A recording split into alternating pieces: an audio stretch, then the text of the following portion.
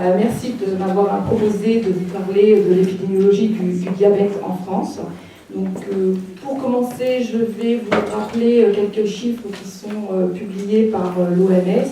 Tout d'abord, donc, le diabète dans le monde touche plus de 347 millions de personnes et il existe deux principales formes de diabète, le diabète de type 1, le diabète de l'enfant, de l'adulte, le jeune, qui est caractérisé par l'incapacité de sécréter de l'insuline. Le diabète de type 2, de l'adulte, l'âge mûr, qui est caractérisé par une résistance à l'insuline associée ou non à une carence de sécrétion de l'insuline. Et c'est cette forme de diabète qui est la plus fréquente parce qu'elle touche plus de 90% des cas de diabète. En France, on l'a estimé à partir des données de l'étude Entraide à 92%.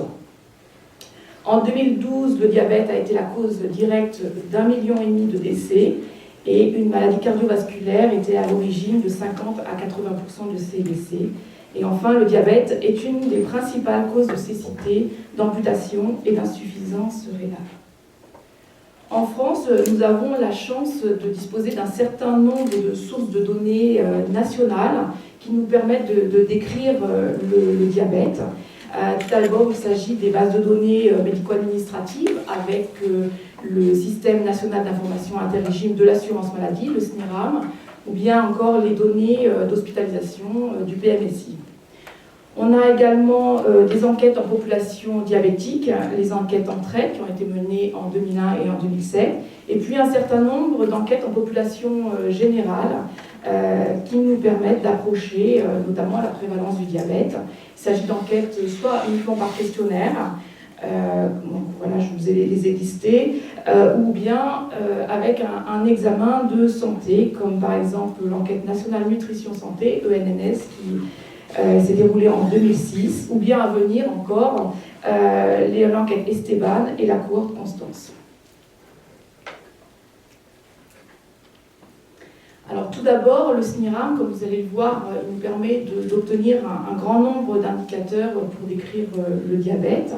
Donc le SNIRAM et plus particulièrement le DSIR, le Data Mart de conservation interrégime, qui contient les données individuelles et anonymisées bien sûr de l'ensemble des remboursements effectués pour les soins de ville, donc les consultations, les actes, les examens biologiques et les médicaments.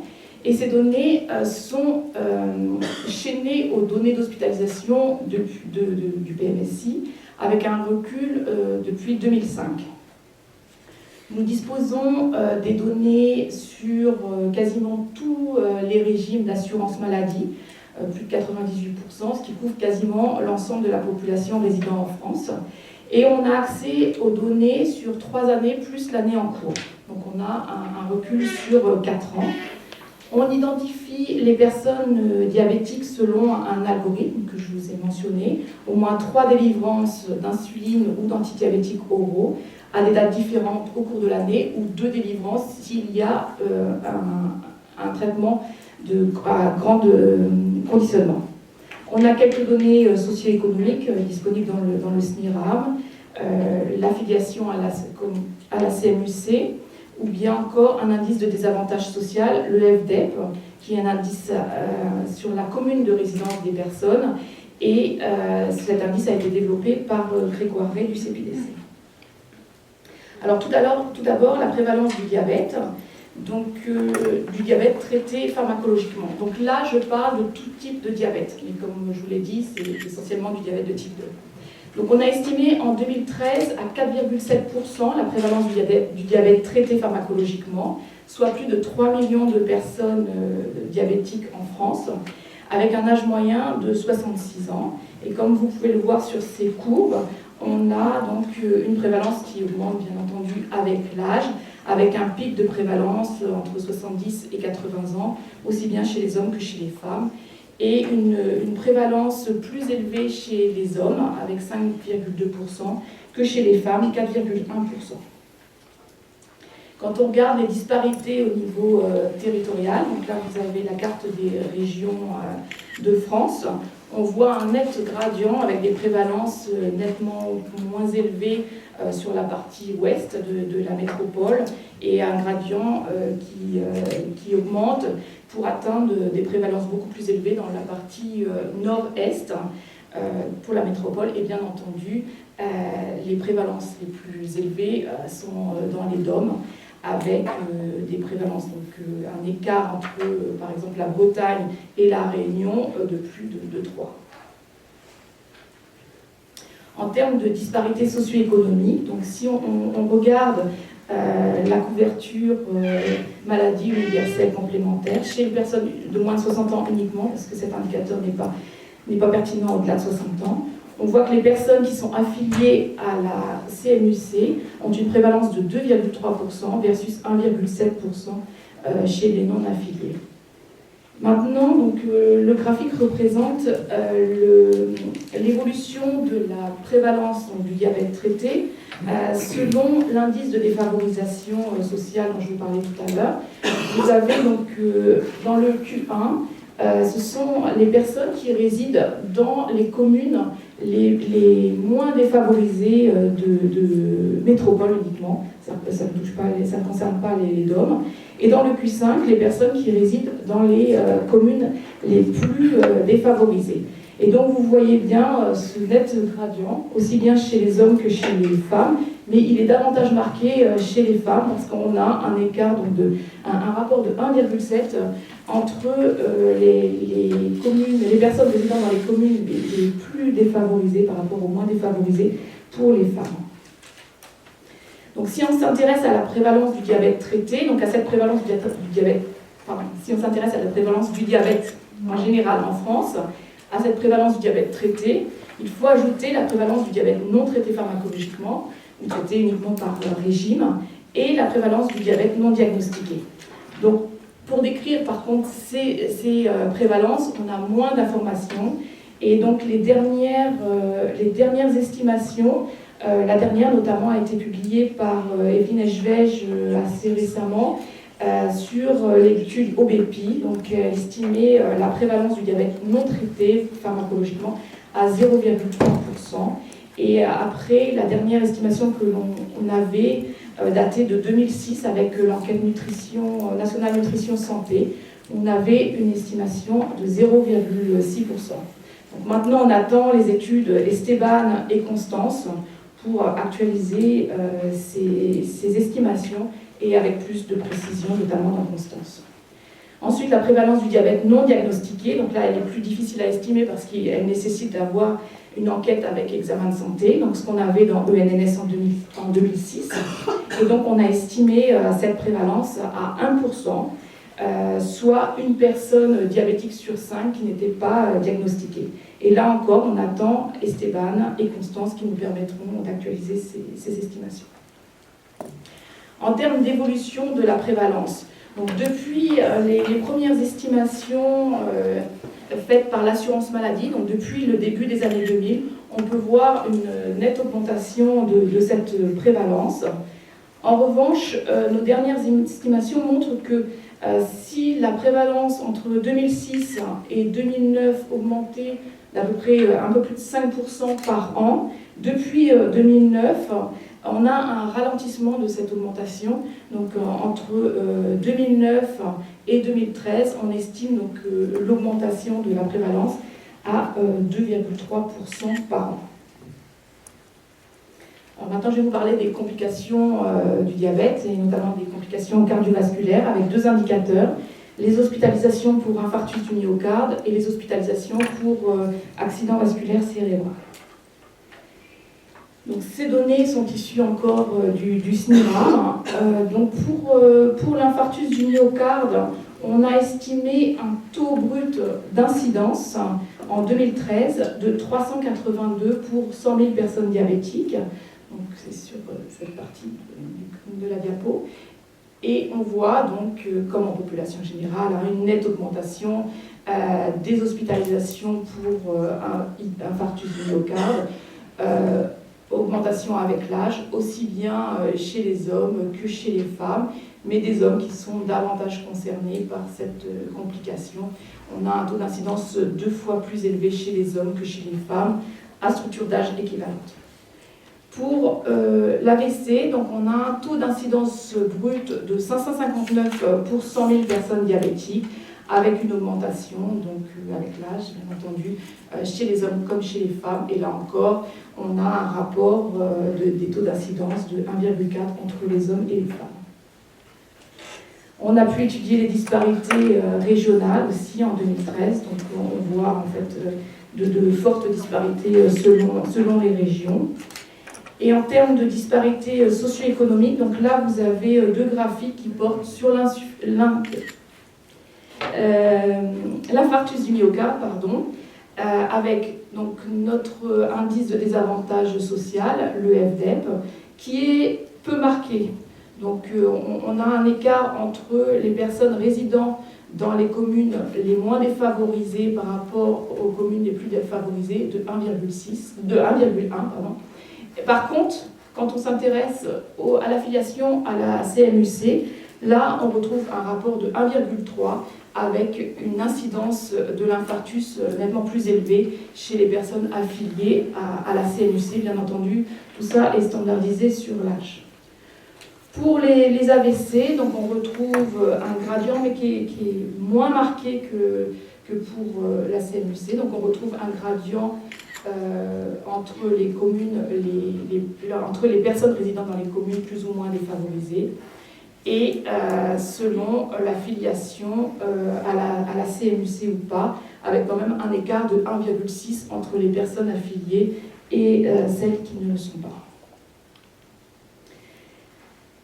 Là, je voulais vous montrer, en fait, vraiment représenter la fréquence de ces complications en population diabétique en comparant les taux d'incidence en population diabétique aux taux d'incidence en population non diabétique.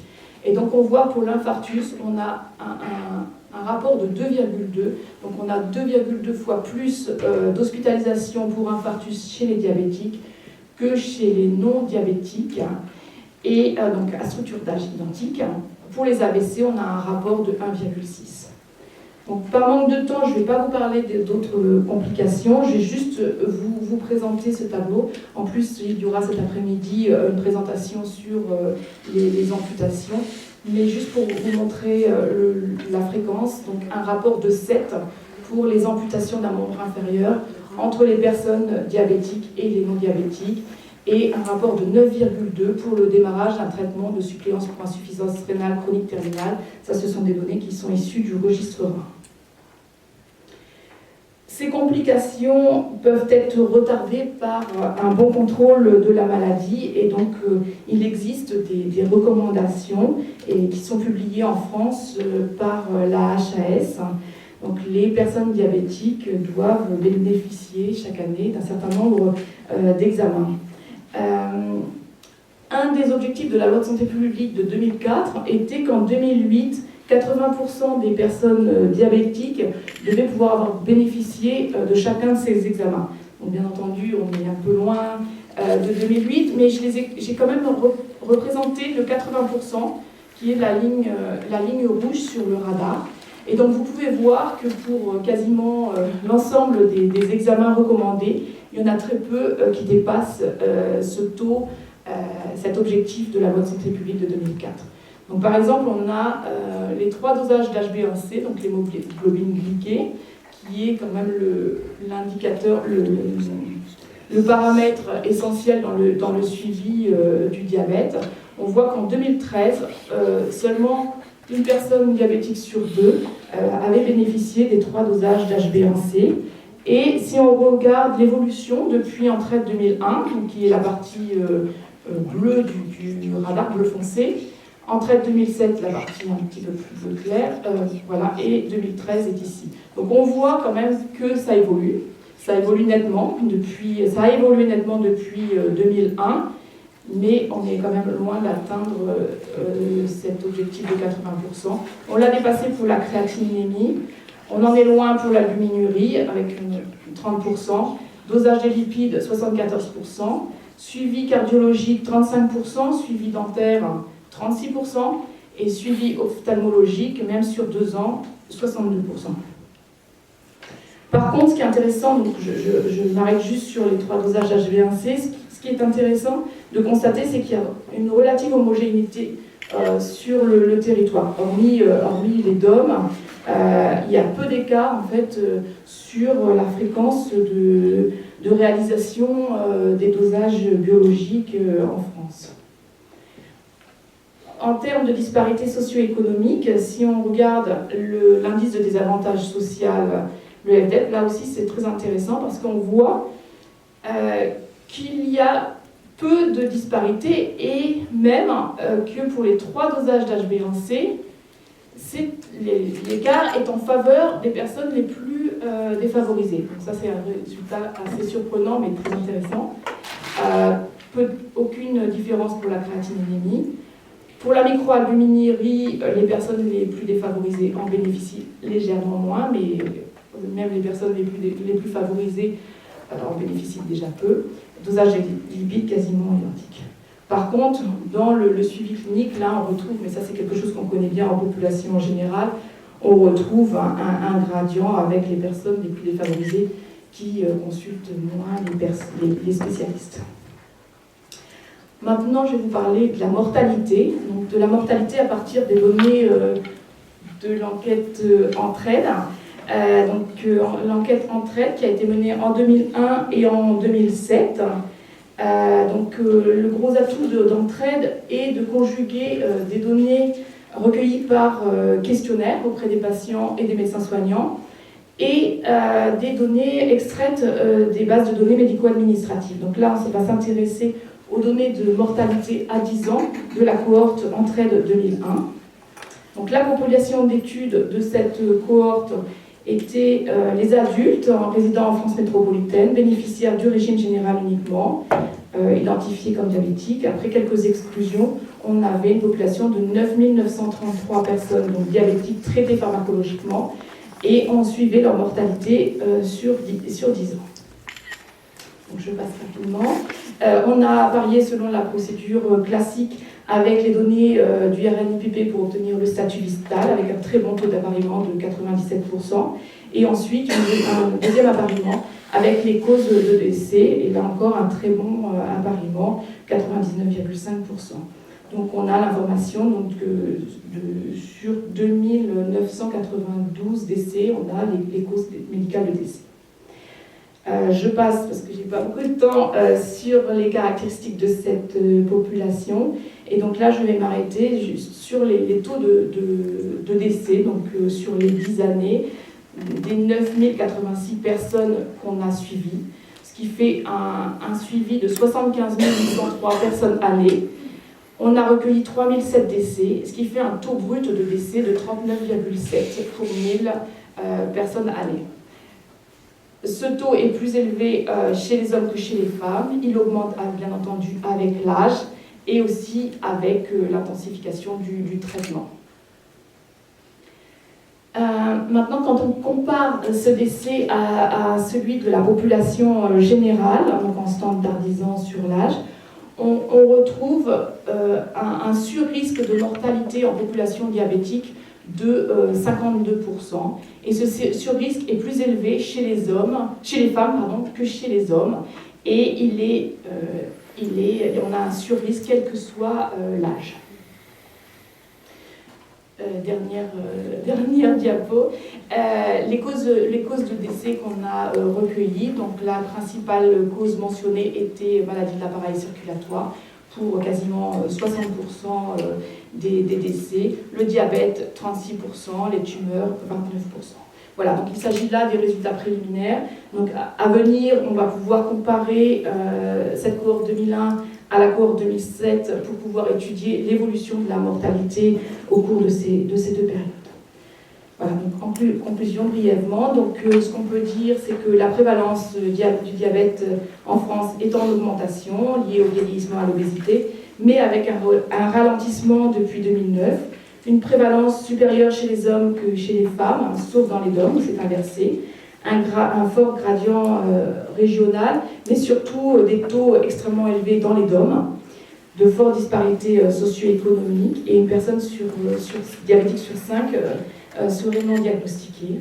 Les complications restent très fréquentes, plus fréquentes chez les hommes que chez les femmes, et avec de fortes inégalités territoriales et socio-économiques.